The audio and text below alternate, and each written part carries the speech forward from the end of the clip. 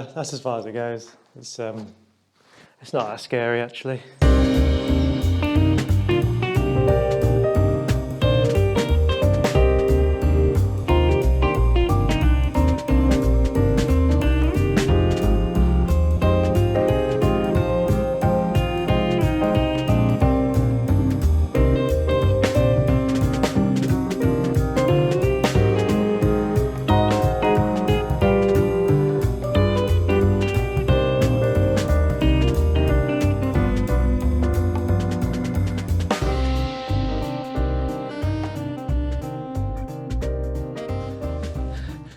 That's probably not a good idea.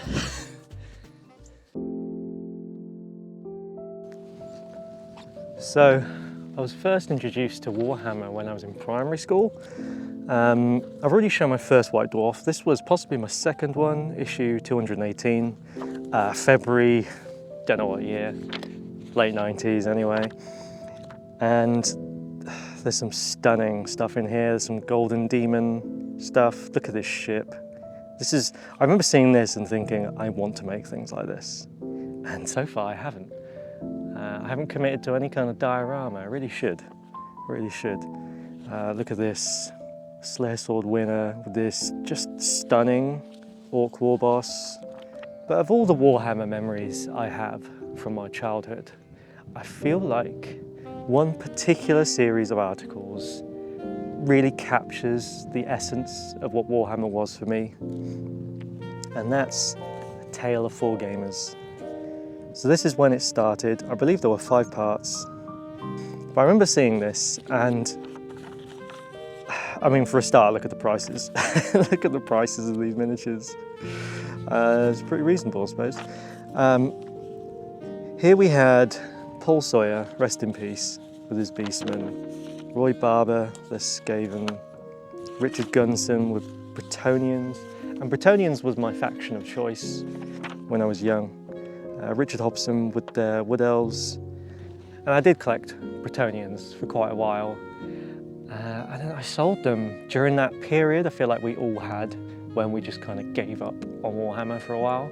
I'm not sure, why did we all do that? Why did all us millennials just give up on Warhammer for a bit? But this really got me into fantasy.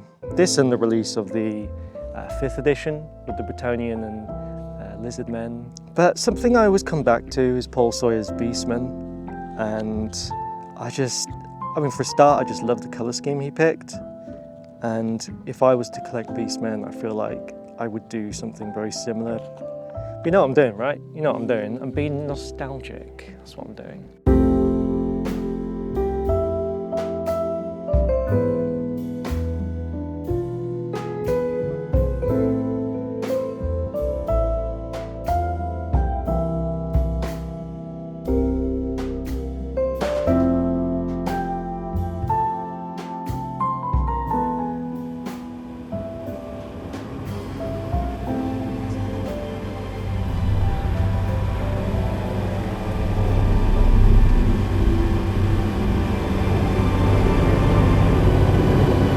Hello?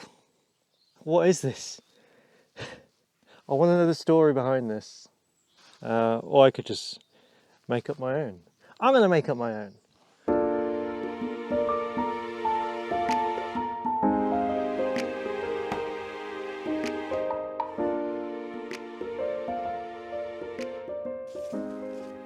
So, what exactly was Tale of Four Gamers? Well, essentially these 4 guys every month would have a budget with which they had to slowly build up an army. And at the end of the series, they would have a 2v2 battle. And of course, this was, you know, just a way for Games Workshop to persuade you to spend a certain amount of money every month. You know, if these guys could do it, then you can do it. And to be fair, if this is what miniatures cost now, then this would be very doable. So I think they began with like 50 quid and then every month after was 25 quid. But even though this was just a way for Games Workshop to kind of nudge you towards buying things every month, I still loved the idea of doing this. It also felt really manageable because, especially with, you know, FOMO boxes and stuff like that, people, well, I say people, I I assume other people as well, tend to like buy a mass amount of plastic in one go, and then for a lot of us it doesn't like get made, doesn't get painted, because it's just too daunting. This feels manageable, and even though I never did this as a kid, thinking about it now, it's maybe the approach I want to take. Now I don't mean spend more money on things. I already have stuff, but essentially I could roleplay, if you like, using what I've already got, thinking with the mentality of this month I'm getting this many models done. And rather than just trying to finish a whole army as quickly as possible, just splitting it up into maybe 1 unit a month, something like that, sounds, you know, a lot less stressful. And I really like the idea of getting a bunch of mates and every month setting yourself this challenge of building a unit or X amount of points worth of miniatures, and then at the end of the month when they're painted, you have a battle with whatever you've got. You vaguely balance it, but to be honest, who cares? And then every month you just keep adding to it and you have bigger battles, and then at the end, not only have you had fun doing it, but you've built a whole army. So I think this is something I want to do. This is an approach I want to take. And for me, I think the Middle-earth strategy battle game might be the most appropriate system to take into this format, because I think I've said in the previous video, I got my brothers some Middle-earth miniatures, and I don't think they've painted much.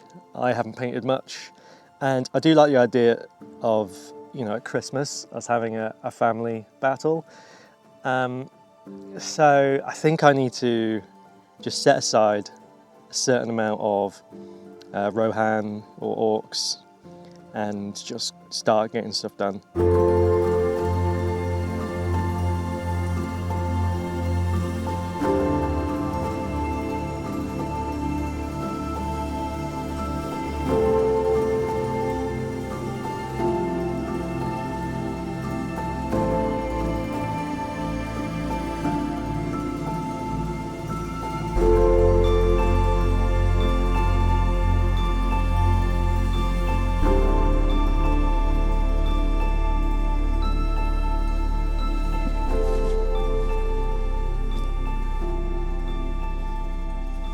But I always find myself coming back to Warhammer Fantasy battles, because I think that was, maybe if you disregard 40k second edition, Fantasy is when I really got into it.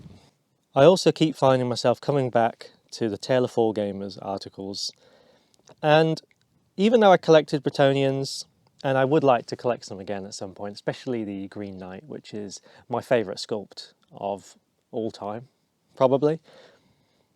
I always come back to the Beastman army in particular, because I just love the way it looks. They're so beautifully painted, and even the bases and the movement trays look amazing. I really like this era of Warhammer Fantasy battles with their basing style, when they still had the Goblin Green trim, of course. Now I do have a lot of goblins, and I still can't decide whether I want them in Age of Sigmar or Old World, possibly both if I can make it work. But with the goblins, I just love the way they are. I just want to paint them pretty much, you know, without converting any of them. I just think they're just cool little sculpts. So I think I will leave that as a purist project, if you like. But what I would really like to do is create a Beastman army. Perhaps I'll do it in this format. I've got so much to do. Why am I giving myself more projects? I know, it's silly really. This is what nostalgia does to you. It makes me want to keep making things when I don't have the time to make things. But with the Beastmen, I don't know, I do really like the old sculpts, but I do want to add a little bit more personality to them. So perhaps it could be a combination of, you know, original Scores.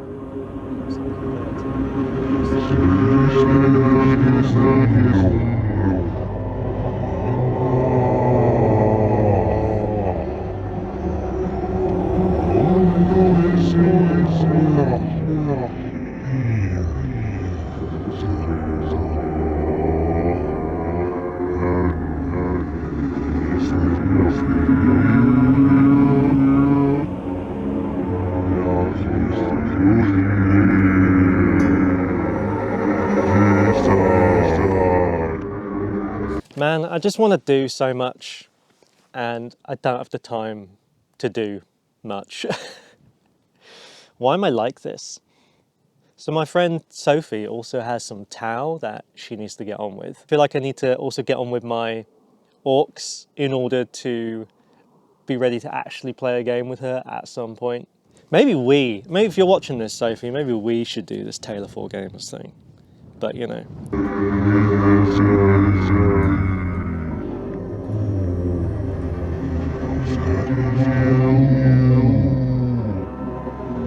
She's very busy, I'm very busy. Too much to do. What was the point of this video? I think the point of this video is the power of nostalgia. Nostalgia. What is nostalgia? Because it's not just, you know, that memory of that film you saw once, or that miniature you collected, or that event you went to. It's something much more than that. It's this unknowable feeling of a time that once was and never will be again. It's this like melting pot of various stimuli, I think. These visceral images, these colours, these sounds, smells, just this unknowable feeling. Yeah, it's weird, nostalgia. And we can never get those feelings back fully. We can never experience it again. But we can get a little taste of it every now and again. A little memory, a little reminder.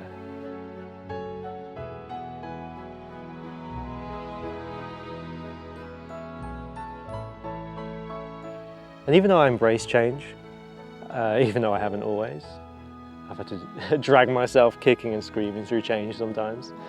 But these days I embrace it, I embrace the impermanence.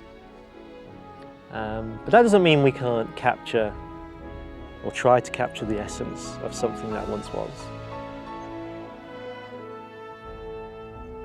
And I think if you reflect on this, you probably know what I'm talking about.